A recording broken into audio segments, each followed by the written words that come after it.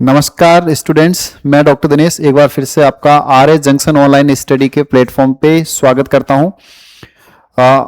आज की क्लास में हमेशा जो हमारी क्लास होती है उससे थोड़ी सी डिफरेंट होने वाला आज का सेशन, क्योंकि ऐसा आप सबको पता है कि आरएस का जो सिलेबस है वो चेंज कर दिया गया है आरपीएससी के द्वारा। और जब नया सिलेबस चेंज हुआ है तो कुछ टॉपिक्स जो है पहले के वाले सिलेबस में थे, कुछ अभी नए वाले में है, कुछ को हटा दिया गया है, कुछ को नया जोड़ा गया है, कुछ को सिंप्लीफाई किया गया है, कुछ को थोड़ा एलोबरेट कर दिया गया है, बड़ा लंबा चौड़ा कर दिया गया है।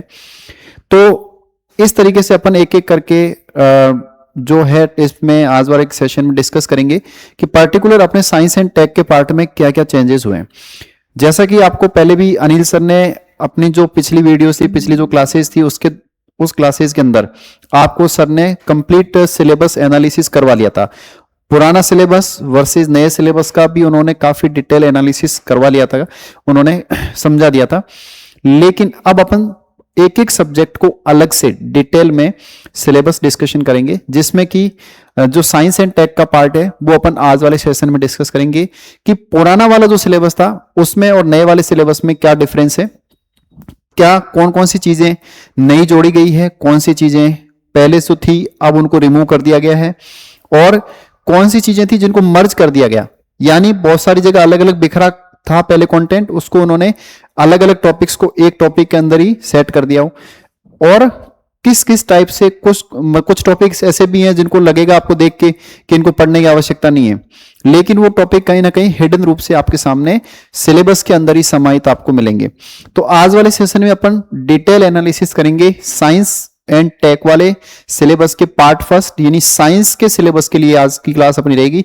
टेक वाला जो पार्ट है वो अपन नेक्स्ट वाले सेशन में डिस्कस करेंगे। आज वाले सेशन में अपन साइंस को पूरा डिस्क्राइब करेंगे कि साइंस के अंदर कितना चेंज हुआ है, कौन सा चेंज हुआ है, आपको क्या पढ़ना है, क्या नहीं पढ़ना है, पहले से आपको क्या स्ट्रेटजी को चेंज करना चाहिए या किस टॉपिक के लिए आपको थोड़ा स्पेशल फोकस करना चाहिए, उनको अपन एक एक करके आज वाले सेशन में डिस्कस करने वाले हैं। ठीक है, तो आज के सेशन को शुरू करते हैं। सबसे पहले मैं बता देता हूं कि एक्चुअल में जो अभी चल रहा है कि सिलेबस चेंज हो गया, चेंज हो गया, चेंज हो गया। आपने बहुत जगह देखा होगा, हर जगह से लोग अलग अलग क्लासेस के द्वारा बता भी रहे हैं, सेशन भी ले रहे हैं, और काफी ज्यादा इस चीज को मतलब इस टाइम उसी का पूरा ट्रेंड चला रखा है कि सिलेबस में बहुत ज्यादा बदलाव आ गया, किस तरीके से आया है। लेकिन ध्यान से आप सिलेबस को जब देखोगे, एनालिसिस कर लेंगे आज के सिलेबस को, तो अपन ये देखेंगे कि सिलेबस ऑलरेडी जो था उसको या तो सिंप्लीफाई कर दिया है, या थोड़ा सा उसको एलोबरेट कर दिया गया है, थोड़ा सा उसको बढ़ा दिया है, या थोड़ा उसका डिटेल एनालिसिस कर दिया गया है। बाकी सिलेबस के अंदर कोई इतना ज्यादा वो नहीं किया है कि भाई हाँ आपने जो पहले अभी तक तैयारी जो करी थी वो तैयारी आपको छोड़ देनी चाहिए और नए सिरे से आपको किताबें लेके बैठना है, ऐसा बिल्कुल भी नहीं है। ठीक है, क्योंकि कुछ स्टूडेंट्स जो है वो काफी टाइम से प्रिपरेशन कर रहे थे, लंबे टाइम से तैयारी कर रहे थे, अब उनके सामने ये समस्या आ रही है कि सिलेबस चेंज हो गया तो हम क्या करें। तो ऐसा नहीं है कि चेंज हुआ है नो डाउट अच्छी बात है, चेंज भी हुआ है, होना भी चाहिए। और लेकिन अब जो हुआ है उसको और पहले वाले को किस तरीके से अपन आपस में दोनों का सामंजस्य बिठा के अपन अपनी स्ट्रेटजी को, अपनी जो रणनीति चल रही है उस पे कंटिन्यू अपन प्रिपरेशन करते रहें। तो आज के सेशन की शुरुआत करते हैं इस बहुत ही नए और एक अलग ही टॉपिक को लेके कि सिलेबस में क्या चेंज हुआ है और क्या अपने को पढ़ना है। ठीक है, तो देखिए सबसे पहले आज के जो सेशन में अपन पढ़ने वाले हैं वो पढ़ने वाले हैं बायोलॉजी के सिलेबस के बारे में, फिजिक्स के सिलेबस के बारे में और केमिस्ट्री के सिलेबस के बारे में। इन तीनों में क्या क्या चेंजेस आपको मिलेंगे वो अपन आज के सिलेबस में डिस्कस करेंगे। नेक्स्ट जो अपनी क्लास रहेगी उसमें अपन टेक वाला पार्ट है उसको कंपैरिजन करेंगे। तो सबसे पहले मैं बात करें आज की जो क्लास है इसके अंदर, सबसे पहले मैं बायोलॉजी के सिलेबस को लेके जा रहा हूं। ठीक है, बायोलॉजी के सिलेबस को यदि देखा जाए तो यहां पे क्या क्या चीजें हैं, पहले मैं प्री का डिस्कस करूंगा, फिर मैं मेंस का करूंगा, फिर अपन ये देखेंगे कि प्री में से कौन से टॉपिक थे जो हट चुके हैं जिनको बिल्कुल नहीं पढ़ना, और कुछ टॉपिक्स ऐसे होंगे जो मेंस में से हट गए उनको नहीं पढ़ना। ठीक है, तो सबसे पहले अपन बात करें, मैं सबसे पहले बात कर रहा हूं आरएस प्रीलिम्स बायोलॉजी का जो सिलेबस है उसके बारे में। ठीक है, तो देखो जैसा कि सबसे पहले आपको टॉपिक दे रखा है साइंस इन एवरीडे लाइफ, दैनिक जीवन में विज्ञान, दैनिक जीवन में विज्ञान। तो जो दैनिक जीवन में विज्ञान वाला पार्ट जो आपको दे रखा है ये बिल्कुल जैसे पहले था वैसे का वैसा एज इट इज है, सेम। मतलब कि आप जिस टाइप से इस टॉपिक को पहले पढ़ते आ रहे हैं, जितने आप जिस भी एग्जाम की तैयारी कर रहे हो, अब जब से इस आरएस की भी तैयारी कर रहे हो, तो जब से आप जो इसको पढ़ते आ रहे हो, जिस तरीके से पढ़ते आ रहे हो, आपको उसी तरीके से तो पढ़ना ही पढ़ना है, लेकिन इसमें कुछ खास चीजों को ऐड करते हुए पढ़ना है। वो क्या करना है वो भी बताऊंगा, लेकिन आपको ये ध्यान रखना है कि प्री के अंदर साइंस इन एवरीडे, दैनिक जीवन में विज्ञान पहले भी था और अभी भी आपको एज इट इज वैसे का वैसा सिलेबस के अंदर मेंशन किया हुआ है। फिर आ रहा है सेकंड, आहार एवं पोषण। इसको सेम तो कह सकते हैं, लेकिन आहार एवं पोषण जो था प्री के अंदर पहले क्लियरली आपको दे रखा था, पहले प्री के सिलेबस में आपको क्लियरली दे रखा था। जैसा कि आपको मैं दिखाता हूं एक बार, ठीक है, ओल्ड वाला सिलेबस देख लीजिए। यहां पे आहार एवं पोषण ये बिल्कुल पहले क्लियरली आपको वहां पे दिया हुआ था कि आहार एवं जो पोषण है उसको अपने को पढ़ना होता है। और अभी आप देखोगे कि जो न्यू वाला है, न्यू वाला जो आपका है, इसके अंदर आहार एवं पोषण, रोग, सार्वजनिक स्वास्थ्य कार्यक्रम, ये बिल्कुल आपको एज इट इज वैसे का वैसा आपको इसमें दिया मिला है। तो खास बात अलग क्या हुआ, अलग ये हुआ है कि इस बार आपको इसको मेंस के अंदर भी देखना है। यानी जो प्री में आपने देखा था, पिछली बार देखा था, एज इट इज आपको इस बार भी देखना है, लेकिन साथ में आपको इसको क्या देखना है, इस बार मेंस के अंदर भी इसको अपने को देखना है। ठीक है, आगे चलते हैं। इसके बाद जो अगला टॉपिक आ रहा अपना ब्लड ग्रुप, आरएच फैक्टर, इसके बारे में सबसे ज्यादा जो कंफ्यूजन बच्चों को इस टाइम हो रही है, जो बच्चे पूछ रहे हैं अभी, सबसे ज्यादा जिनको दिक्कतें हो रही है वो इस टॉपिक में हो रही है। ब्लड ग्रुप और आरएच फैक्टर को क्या इसको पढ़ना चाहिए या इसको नहीं पढ़ना चाहिए? तो सीधा सा आंसर है बिल्कुल इसको पढ़ना है, इसको स्किप नहीं करना है। ऐसा क्यों? क्योंकि ब्लड ग्रुप और आरएच फैक्टर जो है वो अलग से कोई बहुत बड़े टॉपिक नहीं है कि जिनको आपको अलग से कोई बुक को या किसी अलग रेफरेंस के हिसाब से आप इस टॉपिक को पढ़ने वाले हो। आपको ब्लड ग्रुप और आरएच फैक्टर को इसलिए पढ़ना है क्योंकि आप पढ़ रहे हो साइंस इन एवरीडे लाइफ। आप क्या पढ़ रहे हो? Science in everyday life. और जब भी बात आती है साइंस इन एवरीडे लाइफ, तो उस टाइम आपको जनरल साइंस से रिलेटेड, यदि मैं बात करूं 6 क्लास से लेकर 10th क्लास तक की बुक्स की बात करी जाए, तो उस 6 to 10th का जो पैटर्न है उसी के अंदर ये जो टॉपिक्स अपने कवर हो रहे हैं उनको सबको अपने माइंड में लेके चलना होता है। उन्हीं टॉपिक्स में से एक टॉपिक अपना कौन सा? ब्लड ग्रुप और आरएच फैक्टर। वो 6 to 10th की जो बुक्स होती है, इस 6 और 10th के बीच का ही ये जो पार्ट है, तो ब्लड ग्रुप और जो आरएच फैक्टर है इसको आपको वहां पे पढ़ना ही पढ़ना है। क्योंकि आप बिल्कुल भी इस तरीके से नहीं छोड़ सकते कि भाई इसको रिमूव कर दिया गया है तो इसको नहीं पढ़ना। बिल्कुल, यदि आप ऐसा करके जा रहे हैं तो आपसे बहुत बड़ी गलती हो जाएगी, फालतू के आपके नंबर कट सकते हैं। क्योंकि साइंस इन एवरीडे जहां लिखा है वहां समझ लीजिए एक बहुत बड़ा पोर्शन उन्होंने बिना कुछ कहे ही सब कुछ उसके अंदर कवर कर लिया गया। ठीक है, आ रही बात समझे? तो ब्लड ग्रुप, आरएच फैक्टर, इस वाले को रिमूव कर दिया गया है, लेकिन पढ़ना है। अभी लास्ट में आपको बताऊं कि पढ़ना है या नहीं पढ़ना है। Health, infectious, non infectious, zoonotic disease. आप यदि नया वाला सिलेबस देखोगे तो नए वाले सिलेबस में आपको वहां पे एक शब्द लिखा है डिजीज, रोग, लेकिन इन्फेक्शियस, नॉन इन्फेक्शियस, जूनोटिक इस तरीके से अलग से उन्होंने क्लासिफाई नहीं किया वहां पे कि आपको पढ़ना क्या, ये पढ़ना है कि नहीं पढ़ना है। तो इस केस में आप क्या करोगे? छोड़ना नहीं है, पढ़ना अपने को सब कुछ है। यानी इस बार उन्होंने क्या किया है, इस बार उन्होंने वहां पे क्या लिख दिया? डिजीज लिख दिया। क्या लिख दिया? डिजीज लिख दिया, रोग ही लिख दिया। वहां पे क्या लिख दिया? रोग। और जब रोग लिख दिया तो रोग कोई से भी हो सकते हैं, संक्रामक भी हो सकते हैं, असंक्रामक भी हो सकते हैं, जूनोटिक भी हो सकते हैं। दुनिया भर में जितनी सारी बीमारियां हैं उनमें से कोई भी बीमारी आपके सामने आ सकती है। आ रही है बात समझ में? तो जूनोटिक वाला गैर संक्रामक, संक्रामक, रोग वाला जो पार्ट है इसको अपने को जैसे पहले पढ़ रहे थे उससे और ज्यादा अच्छा पढ़ना है, बजाय उसको छोड़ने के। छोड़ने का तो वैसे कोई सीन है नहीं इसमें, क्योंकि पढ़ना तो है ही अपने को, लेकिन इसको थोड़ा और डिटेल एनालिसिस करते हुए पढ़ना है। ठीक है, तो बात क्या बोली मैंने कि इसको करना है, सिंप्लीफाई किया है। क्या किया? इसको सिंप्लीफाई कर दिया है कि भाई आपको पढ़ना है, डिजीज पढ़ना है। पहले बच्चों में कंफ्यूजन होती थी कि संक्रामक गैर संक्रामक तो सर पढ़ लिया, अब और कुछ पढ़ने की आवश्यकता है क्या? सर जूनोटिक पढ़ लिया, इन्फेक्शियस पढ़ लिया, नॉन इन्फेक्शियस पढ़ लिया, सर अब और अलग से कुछ पढ़ने की आवश्यकता है क्या? तो आरपीएससी ने आपकी टेंशन खत्म कर दी, बोला जितनी बीमारियां हैं सब पढ़ लो, आपको परेशान नहीं होना है, ना संक्रामक में फंसना है, ना गैर संक्रामक में फंसना है, ना जूनोटिक में। आपको तो जो सामने बीमारी आ रही है उसको पढ़ लो और तैयारी कर लो, आपके कोई सा भी क्वेश्चन आ सकता है। क्लियर हो रही बात? ठीक है। अगला, इनहेरिटेंस एंड वेरिएशन, बहुत इंपॉर्टेंट और बहुत अच्छी बात। ये एक ऐसा टॉपिक है जो नया ऐड किया था। छोटी क्लास में जब अपन थे तब वहां पे साइंस के अंदर मेंडल साहब का बहुत लंबी चौड़ी बातें अपन पढ़ा करते थे। जो मेंडल साहब थे, वंशागति के जो उन्होंने नियम दिए थे मटर के पौधे पे, वो सारी चीजें जो अपन ने पढ़ी थी साइंस के अंदर, विज्ञान के अंदर, जब अपन 8th 9th में पढ़ते थे, 10th में भी, तो उस दौरान वो जितना भी कॉन्सेप्ट था वहां पे वंशागति का और विविधताओं का, ठीक है, उस पूरे कॉन्सेप्ट को यहां पे अपने को इस बार वाले सिलेबस में अलग से पर्टिकुलर मेंशन करके दिया गया है। तो नया है तो ऑब्वियस सी बात है इंपॉर्टेंस भी इसकी ज्यादा होने वाली है। क्लियर हो रहा है?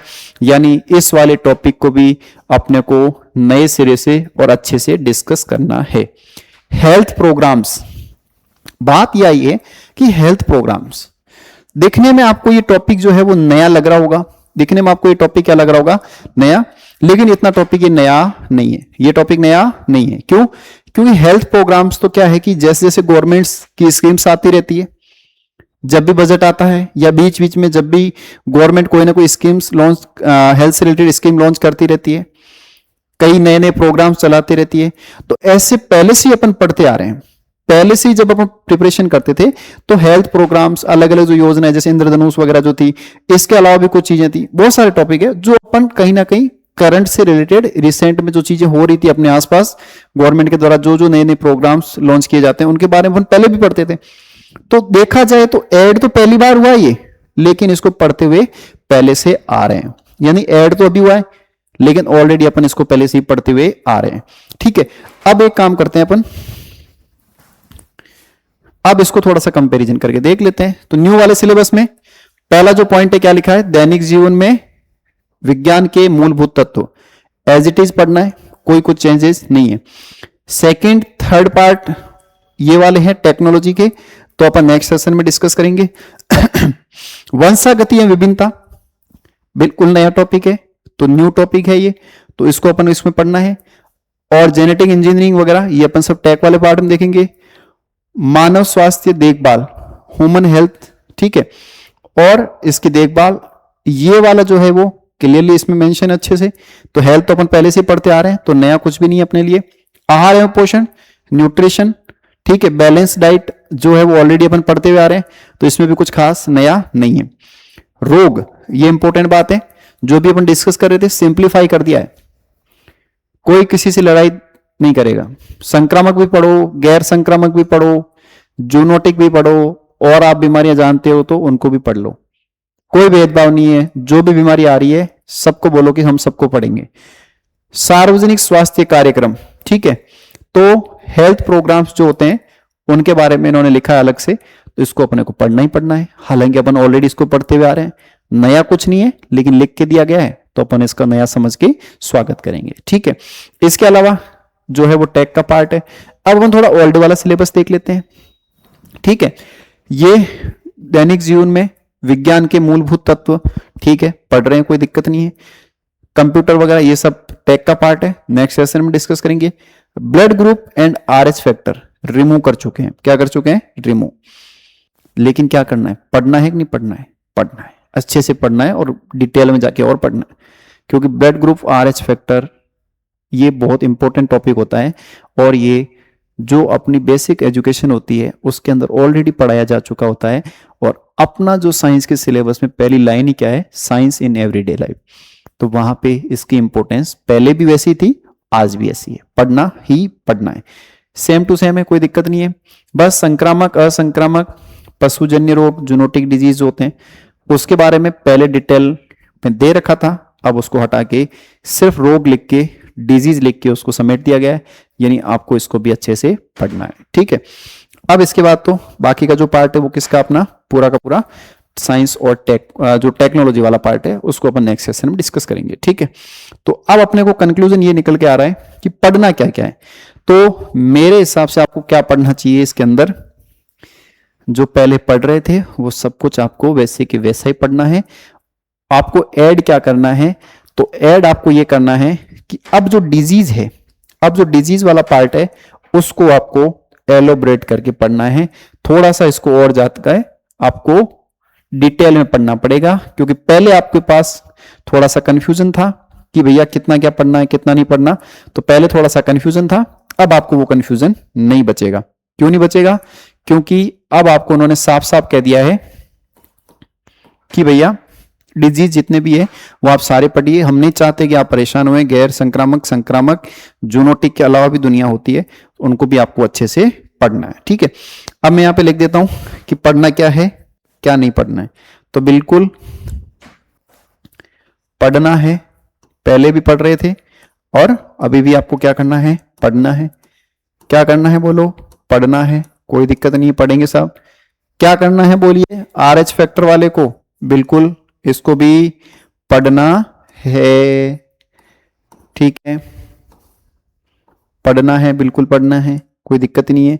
और इनको तो स्टार लगा के लिख दो, पढ़ना ही पढ़ना है, ठीक है। इनको तो आपको क्या करना है, स्टार लगाना है, सम्मान देना है बहुत ज्यादा, क्योंकि इनको अच्छे से आपको पढ़ना है। सर पहले भी तो पढ़ रहे थे, पहले आप पढ़ रहे थे, लेकिन अब और अच्छे से पढ़ना है। पहले आप चलते चलते पढ़ लेते थे, ये वुमेन हेल्थ प्रोग्राम है, ये नया हेल्थ प्रोग्राम लॉन्च हुआ, ठीक है, करंट अफेयर पढ़ लेते हैं। लेकिन आज का जब सिलेबस में मेंशन हो गया है तो फिर आपकी जिम्मेदारी और ज्यादा बढ़ जाती है, ठीक है। और इंपॉर्टेंट ज्यादा आपको स्टार किसकी तरफ लगाना है? इनहेरिटेंस और आपका जो वेरिएशन वाला पॉइंट है इसको ज्यादा सम्मान देते हुए, नया है इसलिए इसको स्टार लगा के आपको पढ़ना है, इसलिए आपको स्टार लगा के इसको पढ़ना है। क्लियर हो रही है क्या बातें? तो इस तरीके से आपको एक एक टॉपिक को डिस्कस करना है, ठीक है। और एक एक टॉपिक को पढ़ना ही है। मुझे कुछ खास इसमें लगा नहीं है कि आप इसको यहां से कोई चीज को आप बड़े लेवल पे कोई स्किप कर जाओ। ब्लड ग्रुप RH फैक्टर देख के ऐसा लगता है कि क्यों नहीं छोड़ दिया जाए, लेकिन छोड़ना नहीं है, ये बड़ा इंपॉर्टेंट पॉइंट है। और रक्त नहीं रहेगा तो फिर जीवन वैसे भी कोई मतलब नहीं है। तो ब्लड ग्रुप को पढ़ना ही पढ़ना है। और आपको किस लेवल पे पढ़ना है, क्या करना है, वो जब क्लास चलती रहेगी तब अपन इसमें डिस्कस करते रहेंगे। अब चलते हैं अपन मेंस के सिलेबस की ओर, ठीक है। चलिए साहब, मेंस के सिलेबस में बहुत ज्यादा आपको बातें इसमें कंफ्यूजन क्रिएट करती है। चलिए शुरू करते हैं। सबसे पहले पहला पॉइंट है आपका सेल वाला, यानी सेल का जो पॉइंट था, जो सेल वाला टॉपिक है, सेल एज इट इज दे रखा है, नए वाले में भी दे रखा है, तो आपको सेल को तो पढ़ना ही पढ़ना है। कोशिका आपको पहले भी पढ़नी थी, आज भी पढ़नी है। सेकंड दे रखा है इन्होंने कंट्रोल एंड कोऑर्डिनेशन और नर्वस सिस्टम। देखो इसमें ऐसा है, समझिए बात को, कंट्रोल एंड कोऑर्डिनेशन और नर्वस सिस्टम। कंट्रोल और कोऑर्डिनेशन के दौरान अपन पूरा नर्वस सिस्टम उसमें डिस्क्राइब कर लेते थे, और साथ में अपन क्या कर लेते हैं, एंडोक्राइन सिस्टम भी इसमें देख लेते हैं। लेकिन जब बात आती है नर्वस सिस्टम की, तो वो एज इट इज है वहां पे। इस बार भी आपको क्या पढ़ना है, वहां पे नर्वस सिस्टम को एज इट इज पढ़ना ही पढ़ना है। मॉडिफाई जरूर किया गया है। मॉडिफाई का समझ में ये समझिए आप कि जब कंट्रोल और कोऑर्डिनेशन की बात आती है तो एंडोक्राइन ग्लैंड जो है वो भी कहीं ना कहीं उसके आसपास रहती है, क्योंकि नर्वस सिस्टम भी वही काम करता है एंडोक्राइन। हाँ, ये अलग बात है कि नर्वस सिस्टम की जो वर्किंग होती है वो फास्ट होती है। तो जब कोऑर्डिनेशन की और कंट्रोल की जब बात आती है तो नर्वस सिस्टम को अपन पहली प्रायोरिटी पे रखते हैं, एंडोक्राइन को बाद में रखते हैं। तो मॉडिफाई नाम इसलिए दिया गया है कि अब इस बार एंडोक्राइन सिस्टम को बिल्कुल भी उन्होंने कोई तवज्जो नहीं दी है। इवन जो हार्मोन वर्ड था उसको भी वहां से रिमूव कर दिया गया है। तो आपको मॉडिफाई तो है ही है, लेकिन आप ये समझ लीजिए कि इसको नर्वस सिस्टम के हिसाब से आपको क्या पढ़ना है, as it is same to same आपको इसको पढ़ना है। यानी नर्वस सिस्टम आप पहले भी पढ़ रहे थे और नर्वस सिस्टम आपको अभी भी पढ़ना है, ठीक है। बात है रिप्रोडक्टिव सिस्टम, प्रजनन तंत्र, सेम जैसा दे रखा था वैसा दोबारा पढ़ना है आपको। एक्सक्रीटरी सिस्टम, उत्सर्जन तंत्र जैसा था वैसा का वैसा ही है। रेस्पिरेटरी, सर्कुलेटरी, डाइजेस्टिव, सारे के सारे जो ह्यूमन फिजियोलॉजी है, ह्यूमन फिजियोलॉजी से रिलेटेड जितने भी टॉपिक्स थे उसमें से एंडोक्राइन सिस्टम की मैं अभी दोबारा बात करूंगा ही करूंगा। बाकी वाले nervous system, reproductive system, excretory system, respiratory system और आपका सर्कुलेटरी और डाइजेस्टिव, सारे के सारे आपको एज इट इज वैसे पढ़ रहे थे वैसे के वैसे आपको पढ़ना है। ठीक है, आगे चलते हैं। इसके बाद वापस से वही बात है, ब्लड ग्रुप और कंपोजिशन, उसका फंक्शन, ये सारी जो चीजें हैं ये आपको क्या करनी है। तो ब्लड ग्रुप, कंपोजिशन और उसका फंक्शन मैंने आपको बता दिया था अच्छे से कि आपको पढ़ना ही पढ़ना है। सिलेबस से इसको जरूर रिमूव कर दिया गया है, सिलेबस से इसको हटा दिया गया है, लेकिन वापस से मैं आपको याद दिला दूं, साइंस इन एवरीडे की जब भी बात आएगी तो वहां पे ब्लड को मिस नहीं कर सकते, तो आपको पढ़ना ही पढ़ना है। ठीक है, तो रिमूव किया गया है लेकिन क्या करना है, इसको भी आपको पढ़ना है। रिमूव किया गया है लेकिन क्या करना है, बोलो, पढ़ना है। क्या करना है, इसको भी पढ़ना है। ठीक है, अगला इंपॉर्टेंट बात, बहुत खूबसूरत बात है, देखिए सेकंड पॉइंट। इसके बाद आपको एक वर्ड लिखा है हॉर्मोन्स, लिखा हुआ दिख रहा है आपको, क्या लिखा हुआ दिख रहा है वहां पे, हॉर्मोन्स। ठीक है, वहां पे क्या वर्ड लिखा हुआ दिख रहा है आपको, हॉर्मोन्स। ठीक है, हॉर्मोन्स जो है आप नए वाले में देखोगे तो वहां पे रिमूव कर दिया गया है, हटा दिया गया है। तो क्या सर हार्मोन नहीं पढ़ने हैं अपने को? हार्मोन बिल्कुल पढ़ने हैं आपको, आपको हार्मोन्स को पढ़ना है। क्यों? क्योंकि हार्मोन से रिलेटेड बहुत सारी डिजीज होती है, वो अपने सिलेबस में है।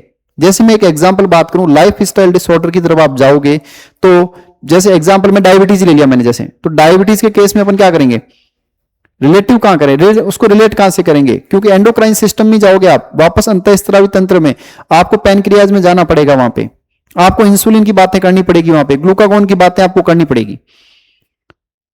आप जब बात करने जाओगे, इसके अलावा जैसे मान लो किसी का ग्रोथ हार्मोन बहुत ज्यादा है, हमने पढ़ा है, पिछली क्लास में देखा भी है, एक्रोमेगेली, जिगेंटिज्म, बहुत सारे कॉन्सेप्ट वहां पे हैं, आ रही समझ में।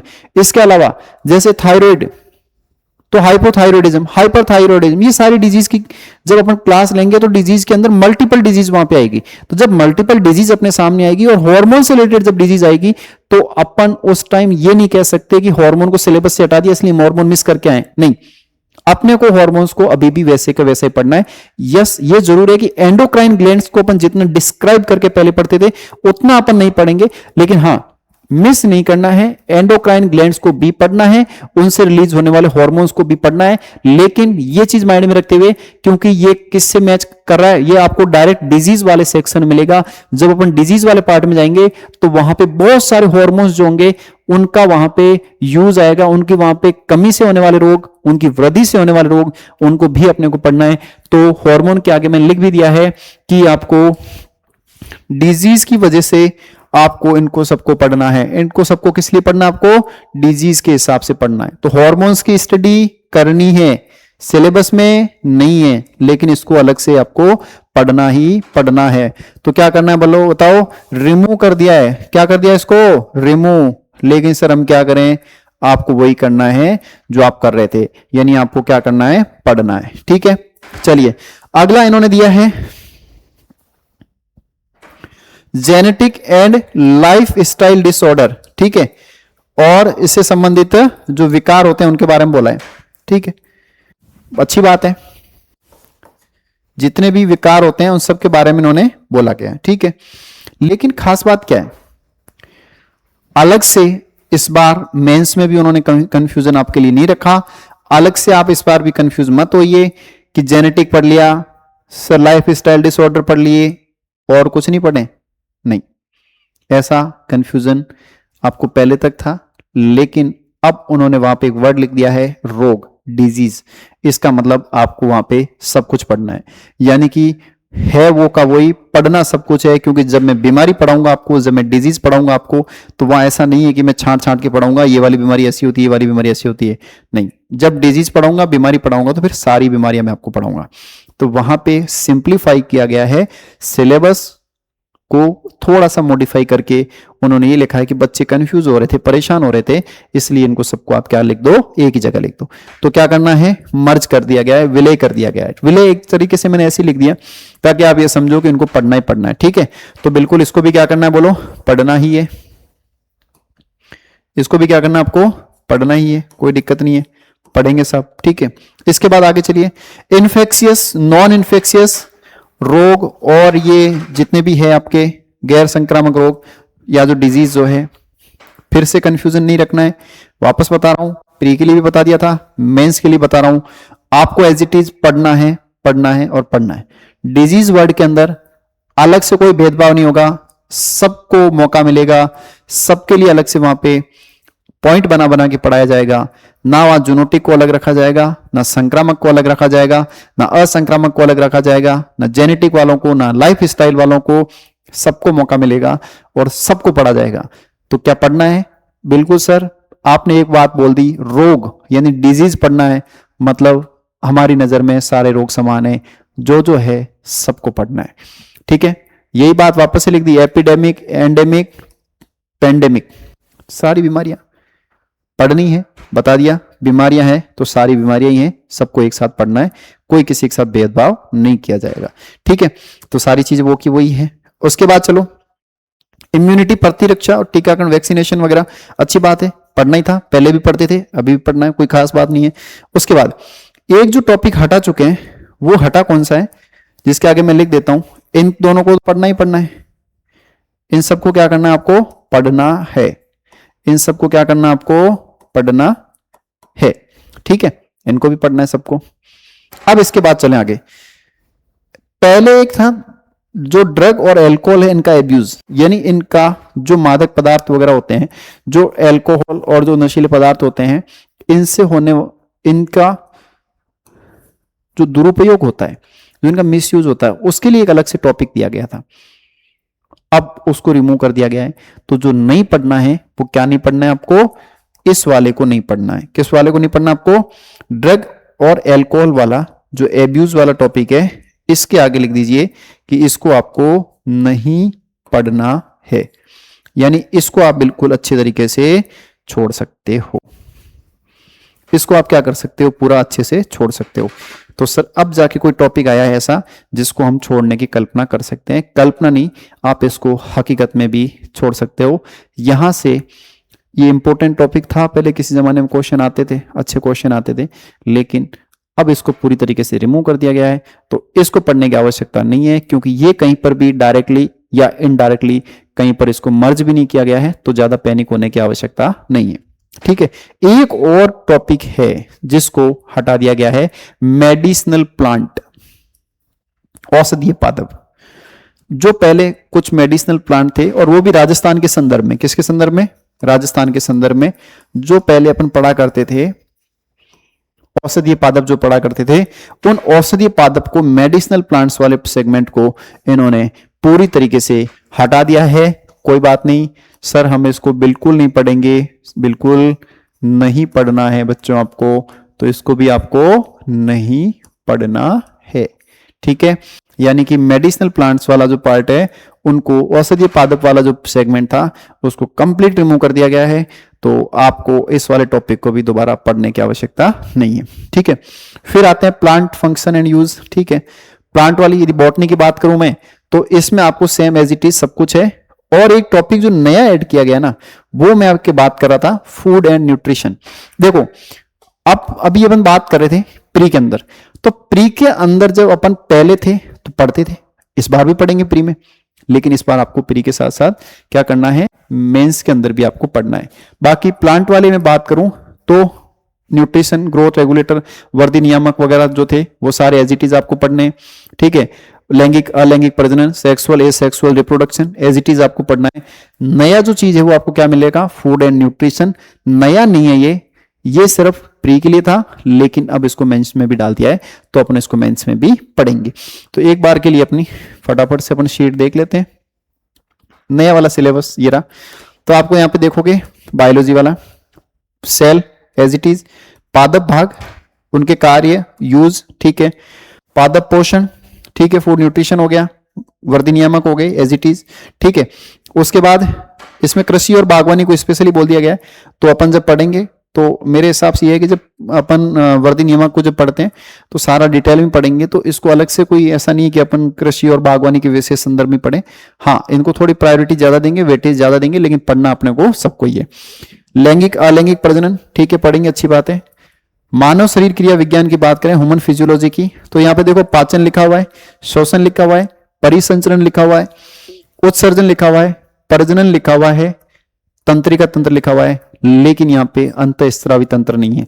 ठीक है, आहार एवं पोषण, ये जो चीज मैं आपको कह रहा था प्री में तो अपन पढ़ते ही पढ़ते थे, लेकिन इस बार आपको मेंस में भी मिलेगी ये। ठीक है, इसके अलावा प्रतिरक्षा, इम्यूनिटी हो गई। रोग, एक वर्ड लिख के इन्होंने पूरा रोग ही खत्म कर दिया कि रोग मतलब रोग होता है। हम नहीं जानते कि एपिडेमिक, एंडेमिक और पेंडेमिक क्या होता है, हम नहीं जानते इन्फेक्शियस, नॉन इन्फेक्शियस क्या होता है, हम नहीं जानते जूनोटिक क्या होता है, हम ये जानते रोग रोग होता है। रोग को आप अच्छे से पढ़ के आइए, हम सवाल कहीं से भी दे देंगे, तो आपको तैयार करना है। जन स्वास्थ्य हेतु पहल, ठीक है, जो कुछ इनिशिएटिव है उनके बारे में पढ़ेंगे अपन। ठीक है, अब पहले वाला सिलेबस जो है उनको देखते हैं। ठीक है, वापस से वही सेल एज इट इज, ये रहा नियंत्रण एवं समन्वय वाली जो बात कर रहा था मैं आपसे, वो इसी के रिगार्डिंग कर रहा था कि किसी तरीके से अपने को एंडोक्राइन सिस्टम और जब नर्वस सिस्टम की बातें आती है तो कहीं ना कहीं अपने को यहाँ पे कोऑर्डिनेशन और कंट्रोल की बात करते हैं, लेकिन इस बार ऐसा कुछ नहीं है। उन्होंने डायरेक्टली आपको क्या लिख के दे दिया था, अभी अपन ने देखा था पीछे, उन्होंने अलग से आपको क्या लिख के दे दिया था, तंत्रिका तंत्र। ठीक है, इसके बाद प्रजनन एज इट इज है, उत्सर्जन, श्वसन, परिसंचरण, पाचन, ये सारे समय। एक खास बात जो थी वो क्या थी, रक्त समूह और रक्त की संरचना, इसको हटा दिया है। इसको क्या कर दिया है, इसको उन्होंने हटा दिया है। तो जब इसको हटा दिया है तो अपन इस पे क्या लगा देंगे, क्रॉस। लेकिन मैंने आपको क्लियर कर दिया है कि क्रॉस कितने भी लगा दो, लेकिन आपको क्या करना पड़ेगा, इसको पढ़ना पड़ेगा। ठीक है, इसके बाद हार्मोन, बहुत एक खास बात है कि हार्मोन वाले बात जो कर रहे थे अपन, कि हार्मोन वाले पे भी अपने को क्या लगाना है, क्रॉस लगाना है। लेकिन लगाने के लिए अपन क्रॉस लगा रहे हैं, लेकिन इसको भी अपने को पढ़ना है। ठीक है, हार्मोन पे लगा तो दिया क्रॉस, अच्छी बात है, लेकिन आपको पढ़ना है क्योंकि ये किस में काम आने वाला है, डिजीज जब पढ़ेंगे तो मैंने आपको कह दिया डिजीज का पार्ट बहुत लंबा चौड़ा होने वाला है इस बार, क्योंकि रोग लिख दिया तो रोग हजारों प्रकार के हो सकते हैं। तो इसको भी अपन हार्मोन को भी रोग यानी डिजीज के रेफरेंस में इसको भी पढ़ेंगे। अनुवांशिक जीवन शैली के रोग, रोग रोग होता है, बात कर ही ली। मानव रोग, गैर बोले सारे पढ़ा दो, एंडेमिक, एपिडेमिक सारे पढ़ा दो, निदान, नियंत्रण सारे पढ़ा दो। प्रतिरक्षीकरण, टीकाकरण वो तो है ही इस बार। पहले था ड्रग एवं अल्कोहल का दुरुपयोग, हटा दिया। पादप के भाग, उनके कार्य, ठीक है। पाद एवं पोषण, न्यूट्रिशन, वर्दी नियंत्रक वो है इस बार भी, लैंगिक अलैंगिक है। और मेडिसिनल प्लांट की जब बात आती है तो मेडिसिनल प्लांट वाला जो पार्ट है उसको भी रिमूव कर दिया गया है। तो आपको यहां तक ये समझ में आ गया कि बायोलॉजी के पेपर में आपको प्री के अंदर और मेंस के अंदर क्या क्या चेंजेस हुए हैं, मोटा मोटा एक बार वापस से याद कर लेते हैं। आपको सिंपल सी क्या याद रखनी है, प्री के अंदर ब्लड ग्रुप RH फैक्टर नहीं मिलेगा, लेकिन पढ़ना है पढ़ना है पढ़ना है, याद रखना आपको। ब्लड ग्रुप और RH फैक्टर नहीं मिलेगा, लेकिन पढ़ना है पढ़ना है और पढ़ना है। क्लियर हो गया, आ रही बात समझ में? ठीक है। और यदि बात करें अपन प्री के अंदर की, तो वंशागति और विभिन्नता वाला टॉपिक जो नया ऐड हुआ है उसको अच्छे से पढ़ना है। हेल्थ प्रोग्राम्स की बात करें, हेल्थ प्रोग्राम्स को पहले भी पढ़ते थे, अभी भी पढ़ेंगे। मेंस की मैं बात करूंगा, हार्मोन सर हट चुके हैं, लेकिन हम पढ़ेंगे क्योंकि हमें डिजीज वर्ड बोल दिया गया है और डिजीज में कुछ भी हो सकता है। सर हम लोग ब्लड ग्रुप RH फैक्टर को वहां पे भी पढ़ते थे, क्या दोबारा पढ़ना है? इसको दोबारा पढ़ना है, कोई रिमूव करने की आवश्यकता नहीं है। फिर सर हटाना क्या है? हटाना चाहो तो आप दो चीज रिमूव कर सकते हो। मेडिसिनल प्लांट्स डेफिनेटली 100% पढ़ने की आवश्यकता नहीं है, हटा दीजिए उसको हमेशा के लिए, ठीक है। और इसके अलावा जो ड्रग और एल्कोहल एब्यूज है उसको आप कंप्लीट रिमूव कर सकते हो, वो आपके सिलेबस से हट चुका है। मैंने आपको इसको एक समराइज भी कर रखा है लास्ट में कि आपको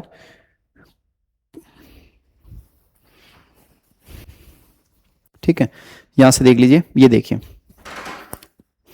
रिमूव कौन कौन से हो गए जो हट चुके हैं।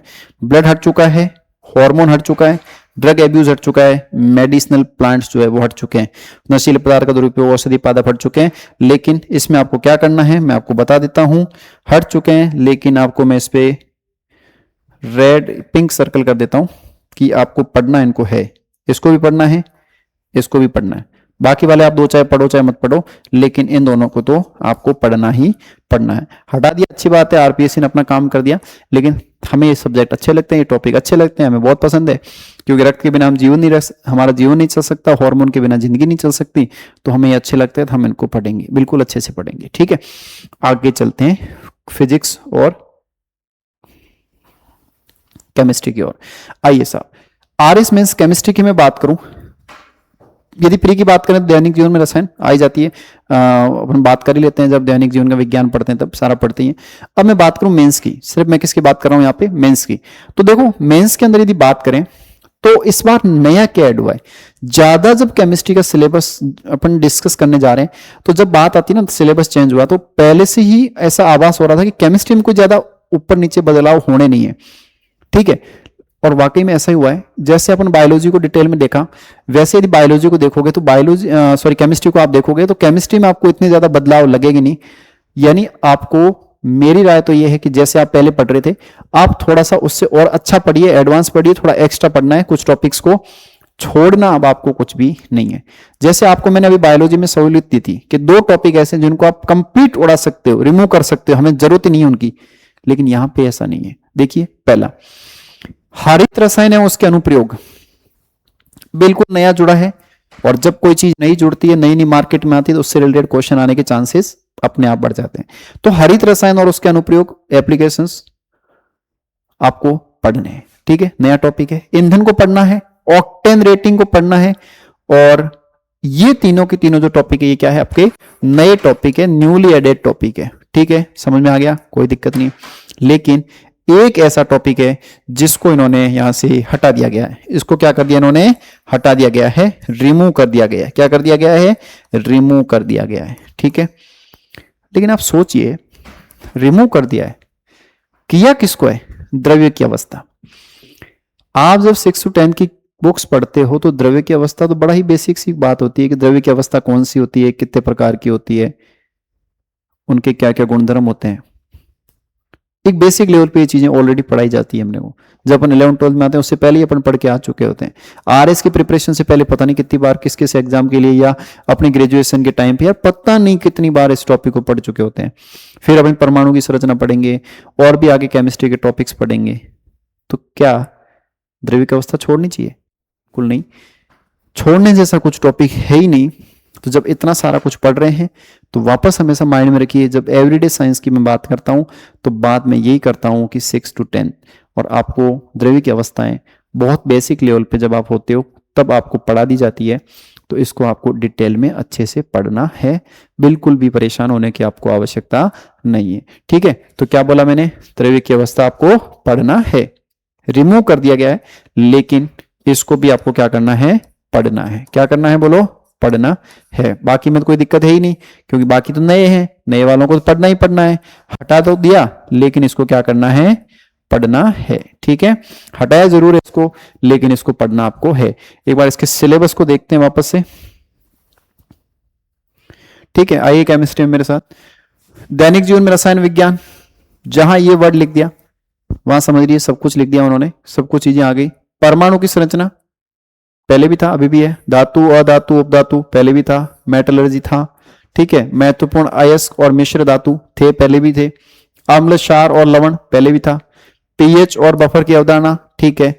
मेडिसिन, संश्लेषित, प्राकृतिक, एंटीऑक्सीडेंट, परिरक्षक, कीटनाशी, पीड़कनाशी, कवकनाशी, शाकनाशी, उर्वरक, योजक और मधुरक, ये सारे अटर सटर पहले भी थे, अभी भी है।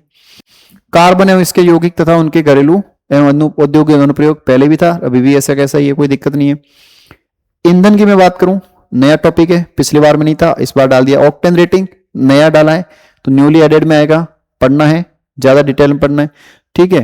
रेडियोधर्मिता पहले भी था। और एक चीज और डाली उन्होंने लास्ट में, हरित रसायन और उसके अनुप्रयोग, हरित रसायन और उसके अनुप्रयोग, ठीक है। तो खास बातें जो थी मैंने आपको बताई क्या क्या है, ठीक है। तो 3 टॉपिक जो ऐसे हैं जो इन्होंने अलग से इस बार दिए हैं। तो जैसे पहला कौन सा हो गया अपना, ईंधन हो गया, ऑक्टेन रेटिंग हो गई, और उसके बाद कौन सा है, हरित रसायन वाला, ये वाला पार्ट जो है हरित रसायन और उसके अनुप्रयोग। तो इस वाले टॉपिक को उन्होंने नया ऐड किया है, बाकी वाले सारा दो पहले वाला ही था। हाँ, इसमें आपको दिख नहीं रही कि द्रव्य की अवस्थाएं कहाँ है, लेकिन मैंने आपको बता दिया, बड़ा ही बेसिक है, तो उसमें आपको पढ़ना है। पहले वाला देख लीजिए आप सिलेबस, द्रव्य की अवस्था देखो आप, तो इस वाले में इस बार इन्होंने क्या किया, इसको हटा दिया है, इस बार इसको क्या किया है, हटा दिया है। परमाणु की संरचना एज इट इज है, कोई दिक्कत नहीं है, ठीक है।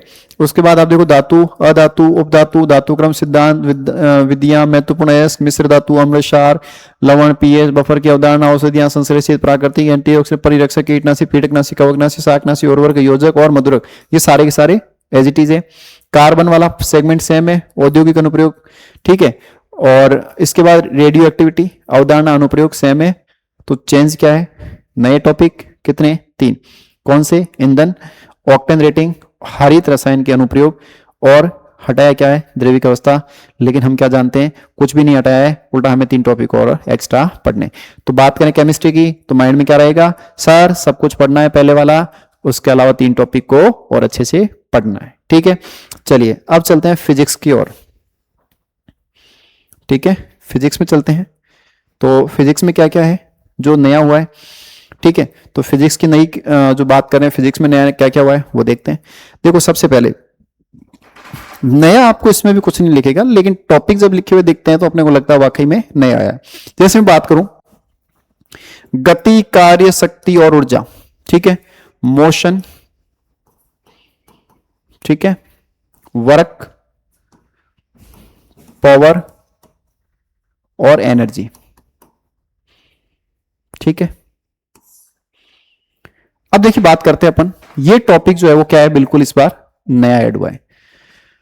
लेकिन देखा जाए तो मोशन के बारे में कोई खास इसमें मैं नया नहीं मानता, क्योंकि जब अपन इसके बाद के जो टॉपिक पढ़ते हैं फिजिक्स के दूसरे जब टॉपिक पढ़ते हैं, सर्कुलर मोशन, रोटेशनल डायनामिक्स वगैरह, जितने भी फिजिक्स के बेसिक टॉपिक्स पढ़ते हैं अपन, तो पढ़ते किससे रिलेटेड है, मोशन से रिलेटेड पढ़ते हैं। तो कहीं ना कहीं अपन मोशन की गति वाले टॉपिक की गति वाले पार्ट को डिस्कस कर रहे होते हैं, और अपन ने किया भी है, क्लासेस में पढ़ा भी है इसको डिटेल में। हाँ, ये अलग बात है कि इसको अब अलग से सिलेबस में उन्होंने लिख के मेंशन कर दिया। वर्क, आपने ग्रेविटेशन पढ़ा, गुरुत्वाकर्षण पढ़ा, बिल्कुल पढ़ा। हमने स्थिर वैद्युतिकी पढ़ी, इलेक्ट्रोस्टैटिक्स पढ़ी। गुरुत्वाकर्षण में भी कार्य होता है, उस गुरुत्वाकर्षण वाले कार्य को भी अपन ने पढ़ा। उन गुरुत्वाकर्षण वाले टॉपिक से रिलेटेड जो कार्य होते हैं, ये सब चीजें अपन ने देखी। कार्य क्या होता है, किस तरीके से कार्य होता है, इसके बारे में अलग से पहली बार लिख के दिया है, लेकिन बेसिक अपन जानते हैं कि कार्य की क्या परिभाषा होती है, कहां कहां पे किस किस जगह पे कार्य को किस किस तरीके से वहां पे डिराइव किया गया है। अब उसको पूरा अपने को डिटेल में एनालिसिस करना पड़ेगा। पावर और एनर्जी, ठीक है, लग रहे नहीं, लेकिन एनर्जी और पावर के बारे में रैंडम कहीं ना कहीं छोटा छोटा इसको डिस्कस किया गया है। अब ये अलग से एक पूरा टॉपिक लिख के दे दिया गया है, तो अब इसको अपन को डिटेल में भी पढ़ना पड़ेगा। ठीक है, आगे चलते हैं।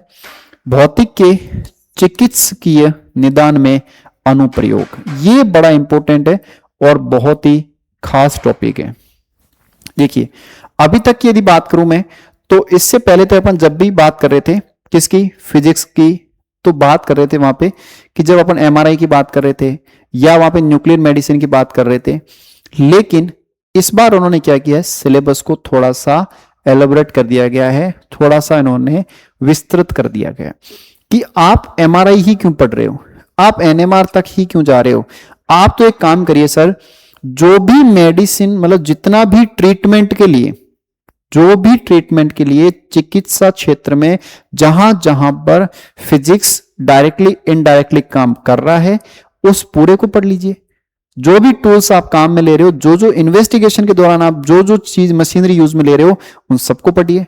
एक को क्यों पढ़ रहे हो आप, एक एमआरआई एनएमआर के पीछे क्यों जा रहे हो। यही नहीं है, इससे आगे भी है। जैसे बात करें यूएसजी सोनोग्राफी की बात करें, पढ़ना चाहिए, डिटेल पढ़ेंगे। ठीक है, तो क्या बोला मैंने, यूएसजी, सीटी स्कैन को पढ़ो, ठीक है, एमआरआई को भी पढ़ो, अल्ट्रासोनिक जो वेव्स होती है उनको भी पढ़ो।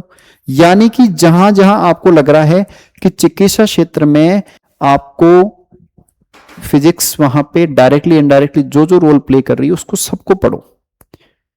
पहले आपके पास लिमिटेशन थी, लेकिन अब कोई लिमिटेशन नहीं है, अब सिलेबस ऑलरेडी आरपीएससी ने एलोबरेट कर दिया गया है।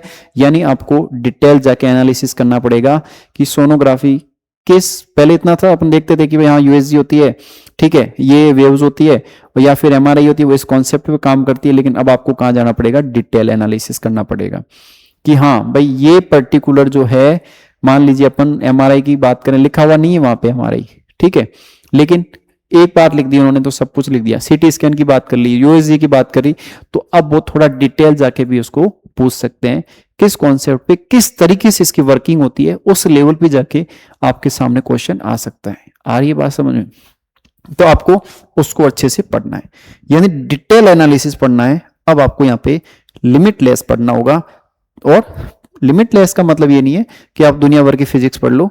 हाँ, जो अपने टॉपिक्स कवर होने मेडिसिन के हिसाब से, हेल्थ के हिसाब से, चिकित्सा के अनुप्रयोग के हिसाब से, उनको अपने को अच्छे से कवर करना है। विकिरण सुरक्षा, रेडिएशन सेफ्टी, ये बिल्कुल नया जोड़ा गया टॉपिक है। अच्छी बात है, नया जोड़ा गया टॉपिक है तो कोई बात नहीं, इसको अपन पढ़ेंगे। ठीक है, एमआरआई और एनएमआर बता रहा था अभी डिटेल में, पहले अलग से टॉपिक दे रखा था, लेकिन इस बार इसके लिए अलग से नहीं लिखा उन्होंने। लेकिन मैंने क्या कहा, पढ़ना है और अच्छे से पढ़ना है, क्योंकि जब अपन चिकित्सा के निदान में पढ़ेंगे, मेडिकल डायग्नोस्टिक में पढ़ेंगे इसको, तो डायग्नोसिस के अंदर एमआरआई का भी अपने आप में इंपॉर्टेंट रोल होता है। ठीक है, एनएमआर वो भी अपने आप इंपॉर्टेंट रोल है, तो अपन सबको यहाँ पे एक साथ पढ़ेंगे, तो पढ़ना उसको भी है। ठीक है, अब मानव नेत्र और रोग, ह्यूमन आई और डिजीज, देखो समझो इस बात को, ह्यूमन आई और डिजीज को समझिए बात को। यहां से इन्होंने इसको रिमूव कर दिया है, क्योंकि जब रोग आते हैं ना तो दो टाइप की कंफ्यूजन वहां पे क्रिएट होती है। रोग आते ही दिमाग में ये आता है कि ये काम ये बायोलॉजी वाले जानते हैं कि रोग क्या होता है, बीमारी क्या होती है, फिजिक्स में रोग का क्या लेना देना। उस केस में ये देखा जाता है कि रोग तो बायो से रिलेटेड है, लेकिन अभी तक अपन इसको फिजिक्स में पढ़ते हैं, क्योंकि फिजिक्स का मानव नेत्र के अंदर बड़ा ही इंपॉर्टेंट रोल होता है। वहां पे जो भी अपन वहां पे लेंस वगैरह यूज करते हैं वो किसके, फिजिक्स के कॉन्सेप्ट पे काम करते हैं। तो इसलिए मानव नेत्र को, अब मैंने मानव नेत्र रोग को किस में पढ़ा करते थे, फिजिक्स में। तो क्या अब पढ़ना चाहिए या इसको छोड़ देना चाहिए? देखो ऐसा है, यदि आप फिजिक्स के हिसाब से सोच रहे हो तो भी आपको इसको पढ़ना चाहिए, यदि आपको बायो के हिसाब से पढ़ रहे हो तब भी आपको पढ़ना चाहिए, क्योंकि मैंने आपको थोड़ी देर पहले बायो के सिलेबस डिस्कशन के दौरान आपको पूरा क्लियर एक बात बता दी थी कि जहां मैंने वर्ड लिख दिया रोग, अब वो शरीर का किसी भी, कोई भी अंग का किसी भी टाइप की डिजीज हो सकती है, हाथ की, पैर की, आंख की, कुछ भी हो सकती है। तो देखो रिमूव कर जरूर दिया है फिजिक्स से, लेकिन अपने को इसको अभी भी पढ़ना है। क्यों पढ़ना है? क्योंकि रोग और रोग के बारे में आज बहुत बार बात हो गई है, रोग रोग ही होता है और वो सब जगह से आपको पढ़ना है। ठीक है, अब बात करें एमआरआई एनएमआर, ऊपर ऑलरेडी उन्होंने इतना सारा बड़ा सारा लिख दिया है। चिकित्सा के निदान में आपको अनुप्रयोग पढ़ना है तो आपको पढ़ना ही है, इसमें आप कुछ भी नहीं कर सकते। क्लियर हो रहा है? तो मोटी मोटी जो कहानी समझ में आई वो क्या करनी, एक चीज और रहेगी, प्रकाश और उसके गुण। देखो लाइट और उसकी प्रॉपर्टी, ये पहले आपको इनडायरेक्टली दिया हुआ था, लेकिन अब उन्होंने क्लियर दे दिया है। तो प्रकाश और उसके गुण, देखो छोटी क्लास से पढ़ते आते हैं अपन, अपवर्तन हो गया, परावर्तन हो गया, ये अपन बेसिक पहले, जैसे दैनिक जीवन में फिजिक्स, अभी सिलेबस को देखेंगे अपन, दैनिक जीवन में भौतिक पढ़ते हैं अपन, या अपन ऐसे मान के चले फिजिक्स की जब शुरुआत होती है तो सिक्के वाला जो एक्सपेरिमेंट होता है उसको अपन छोटी क्लास में देख चुके होते हैं। परावर्तन, अपवर्तन, ये सारे कॉन्सेप्ट होते हैं वो अपन 10th 11th 12th 10th तक तो पढ़ते आते ही आते हैं, और जो बच्चे 11th में फिर साइंस स्ट्रीम में आते हैं वो और इसको डिटेल एनालिसिस से पढ़ते हैं। लेकिन एक नॉर्मल स्टूडेंट है वो भी 10th तक काफी कुछ इनमें से पढ़ चुका होता है। आ रही बात समझ में? तो जब इतना सारा कुछ पढ़ चुका होता है ऑलरेडी, तो प्रकाश और उसके गुण को अब दोबारा पढ़ने में कोई गलत बात नहीं है, अच्छी बात है। नया ऐड किया गया है, लेकिन हमारे लिए कोई नया नहीं है, ये वही टॉपिक है, और उसको बस हमें इस बार अलग से आरपीएससी ने मेंशन कर दिया है, तो इसको जाके डिटेल एनालिसिस करते हुए अपन पढ़ेंगे। यानी इसको अब डिटेल में पढ़ने की आवश्यकता है, टॉपिक वो का वही है, बस डिटेल में पढ़ने की आवश्यकता है। क्लियर हो रहा है? यानी बात हो गई। मतलब तो सर इसमें हटाया क्या है? कुछ नहीं हटाया सर, ये रिमूव किया जो नहीं पढ़ने क्या, आपको पढ़ना तो सब है, पढ़ना आपको सब है। क्योंकि देखो नए वाले देखो आप पढ़ोगे, जो रिमूव किए गए हैं इसके लिए मैं आपको क्लियर कर दूं कि इन सबको भी क्या करना है, पढ़ना है। इन सबको भी आपको क्या करना बताइए, आपको पढ़ना है। रिमूव कर दिया फिर भी पढ़ना है, बिल्कुल आपको रिमूव कर दिया है फिर भी आपको पढ़ना है। एक बार से इसके वापस सिलेबस वाली शीट पे जाते हैं अपन। चलिए आइए, फिजिक्स न्यू सिलेबस। ठीक है, आइए दैनिक जीवन में भौतिकी। ठीक है सर, ये तो वैसा का वैसा ही है, जैसा हुआ करता था वैसा का वैसा ही है, बस भी बिल्कुल वैसा ही है। तो इसके लिए कोई खास प्लानिंग नहीं करनी पड़ेगी आपको, जैसा था वैसा ही है, उल्टा आपकी जिम्मेदारी बढ़ेगी इसमें। गति, कार्य, शक्तियां, ऊर्जा, सर ये नया नया दिख रहा है, बिल्कुल ये नया नया दिख रहा है, तो आपको मैंने बताया नए तरीके से पढ़ना है। गुरुत्वाकर्षण, प्रकाश एवं उसके गुण, अभी आपको डिस्कस कर रहे थे कि लाइट और उसकी प्रॉपर्टीज। ऊष्मा, स्थितिकी एवं धारा विद्युतिकी, करंट, इलेक्ट्रिसिटी और इलेक्ट्रोस्टैटिक्स, पहले भी पढ़ते थे आज भी पढ़ रहे हैं। करंट, इलेक्ट्रिसिटी, स्थिर विद्युतिकी, पहले भी इंपॉर्टेंट हुआ करते थे और आज भी उतना ही ज्यादा इंपॉर्टेंस लेके बैठिए, ठीक है। उसके बाद मैग्नेटिज्म पहले भी पढ़ते थे, अभी भी आपको पढ़ना है। इलेक्ट्रोमैग्नेटिज्म, ध्वनि तथा विद्युत चुंबकीय तरंग, इलेक्ट्रोमैग्नेटिक वेव्स, बहुत इंपॉर्टेंट है, बहुत काम का टॉपिक है, पहले भी इंपॉर्टेंट था, अभी भी इंपॉर्टेंट है। और फिजिक्स के एप्लीकेशंस जो मैं आपको बता रहा था, जिसको डिटेल में अपने को एज इट इज पढ़ना है, क्योंकि अब उन्होंने चीजों को बड़े लेवल पे दे दिया है कि आपको चिकित्सकीय निदान में फिजिक्स का क्या क्या एप्लीकेशंस हो सकते हैं, उन सबको एक जगह लिख लो और एक जगह पढ़ लो, क्योंकि हम सवाल कहीं से भी फेंक सकते हैं। विखंडन संलयन पहले भी था, अभी भी है। रेडिएशन सेफ्टी की बात करेंगे तो ये जो है वो अपने को नया मिला है, लेकिन जब अपन एमआरआई वगैरह पढ़ते थे तो एनएमआर वगैरह भी पढ़ा जब अपने, तो अपन ऑलरेडी इस दौरान क्या क्या सेफ्टी अपने को यूज करनी चाहिए उसको अपन पढ़ चुके हैं। लेकिन अब जब अलग से इसके लिए लिख दिया गया है तो अपन थोड़ा और इसको अच्छे से डिस्क्राइब करके देख लेंगे। आप ओल्ड वाला सिलेबस देख लीजिए फिजिक्स का, ठीक है। यहां पे मानव नेत्र और दोष दे रखा है, जिसको अभी हटा दिया गया है, ठीक है। गुरुत्वाकर्षण एज इट इज है, चुंबकत्व, वैद्युत चुंबकत्व, ध्वनि चुंबकीय अनुनाद imaging, magnetic resonance imaging MRI, और ये नाभिकीय चुंबकीय अनुनाद, ठीक है, न्यूक्लियर मैग्नेटिक रेजोनेंस, ठीक है, एनएमआर, इसको यहां से इन्होंने हटा दिया गया है। रेडिएशन सेफ्टी, विकिरण सुरक्षा पहले नहीं था, अभी आ गया विकिरण सुरक्षा, तो इसको अपने को अलग से पढ़ना पड़ेगा, ठीक है। तो आज वाली क्लास से कंक्लूजन क्या निकला, आज वाले सेशन से कंक्लूजन हम ये निकाल रहे हैं, सर बायो की मैं बात करूंगा तो मुझे वन लाइन एक ही बात बोलनी है, मुझे दो चीज नहीं पढ़नी है। जो नहीं पढ़नी है उनके लिए बता रहा हूं कि सर मुझे दो चीज नहीं पढ़नी है, वो है मेडिसिनल प्लांट्स, औषधीय पादप, और ड्रग एवं एल्कोहल एब्यूज। मुझे ये दो टॉपिक है वो सर बिल्कुल नहीं पढ़ने, मैं बिल्कुल नहीं पढ़ूंगा सर, बिल्कुल भी नहीं पढ़ूंगा, बिल्कुल मैं एग्री करता हूं कि आपको नहीं पढ़ना है। यदि मैं बात करूं तो फिर नया कुछ पढ़ोगे सर, पहले वाला जितना है ना वो तो हम इन दो टॉपिक को छोड़ के सारा अच्छे से पढ़ेंगे, लेकिन जब हम प्री के लिए जाएंगे तो हम वंशागति और विभिन्नताओं को अच्छे से पढ़ेंगे, वंशागति और विभिन्नताओं को, हेल्थ प्रोग्राम्स को पढ़ेंगे। इसके बाद सर हम कुछ और अच्छे पढ़ने की यदि देखेंगे तो वहां पे हमें आहार और पोषण वाला मेंस में भी दिख रहा है, तो उसको अपन वहां जाके भी हम लोग अच्छे से पढ़ेंगे। तो वो तो है, वो नया जो पढ़ना है वो, और हटाने की बात जब आएगी तो सर हम सिर्फ दो ही चीजों को हटाएंगे, बाकी हमारे लिए सब कुछ पहले के जैसा है और उससे और ज्यादा अच्छा पढ़ेंगे। क्लियर होगी बायो की कहानी। केमिस्ट्री में आइए, सर हम पहले वाला सब कुछ पढ़ेंगे और पहले जिस तरीके से जिस स्टैंडर्ड लेवल पे जाके पढ़ रहे थे उससे एक कदम आगे जाके पढ़ेंगे। साथ ही साथ सर हम 3 नए टॉपिक और पढ़ने वाले हैं सर, हरित रसायन और उसके अनुप्रयोग पढ़ने वाले हम लोग, ऑक्टेन रेटिंग को हम पढ़ने वाले हैं, इसके अलावा हम ईंधन को भी इस बार पढ़ने वाले हैं। यानी कि कुछ छोड़ोगे नहीं, बिल्कुल सर इसमें हम कुछ भी छोड़ने वाले नहीं है। केमिस्ट्री हमारी जैसी थी वैसी तो है ही है, उसके ऊपर 3 चांद और लग के आए हैं, उनको भी हम पढ़ेंगे। फिजिक्स की मैं बात करूंगा सर, हम पहले जैसे पढ़ रहे थे वैसे पढ़ेंगे, लेकिन ह्यूमन आई वाली जो बात आप कह रहे हो, मानव नेत्र वाली जो आप बात कह रहे हो, उस वाले टॉपिक को हम अब बायोलॉजी वाले सर से जाके पढ़ेंगे, यानी बायोलॉजी वाले सेगमेंट में जाके उसको पढ़ेंगे, क्योंकि रोग होता है और रोग किसी का टाइप का कौन सा भी रोग हो सकता है, तो हम वहां पढ़ेंगे। लाइट को सर हम नए तरीके से पढ़ेंगे, डिटेल में जाके पढ़ेंगे, पहले भी पढ़ते थे लेकिन सर अब और अच्छे से पढ़ेंगे, ठीक है। एमआरआई एनएमआर की जब बात आई तो सर पहले जितना पढ़ते थे उससे और अच्छे से पढ़ेंगे। सिलेबस में नहीं दे रखा, लेकिन चिकित्सक के अनुप्रयोग जब दे दिया तो सर हम सब कुछ पढ़ेंगे। क्लियर हो रहा है? तो यानी कि एनएमआर एमआर उसकी बात करी, एमआरआई और एनएमआर की बात कर ली। फिर इसके बाद और क्या पढ़ने वाले हो तुम फिजिक्स में? सर लाइट को पढ़ने वाले हैं ही हैं, एक रेडिएशन सेफ्टी विकिरण सुरक्षा वाला जो टॉपिक है, पहले भी हम जानते हैं क्या क्या सुरक्षा रखनी चाहिए, क्या क्या ध्यान रखना चाहिए, लेकिन और ज्यादा अच्छे से उसको एनालाइज करके हम पढ़ने वाले हैं। तो आशा करता हूं आपको कंप्लीट साइंस का ओल्ड वर्सेस न्यू जो कंपैरिजन है वो आपके सामने आ चुका है।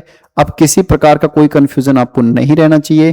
टैक वाला पार्ट लेके मैं आपको नेक्स्ट सेशन में मिलूंगा, और अब यहां से आपको ये क्लियर हो गया है कि साइंस में ज्यादा कुछ आपको छोड़ना नहीं है, जो है वो पढ़ना ही है, और कुछ है तो और एक्स्ट्रा पढ़ना है। यानी साइंस वाले सेक्शन में पर्टिकुलर फिजिक्स, केमिस्ट्री, बायोलॉजी की बात करें तो जो पढ़ना है, जो छोड़ना है, वो आपको मैंने सारा एक्सप्लेन कर दिया है। उम्मीद करता हूं आपको सब कुछ समझ में आ गया होगा। स्वस्थ रहिए, मस्त रहिए और बहुत सारा पढ़ते रहिए। Thank you so much.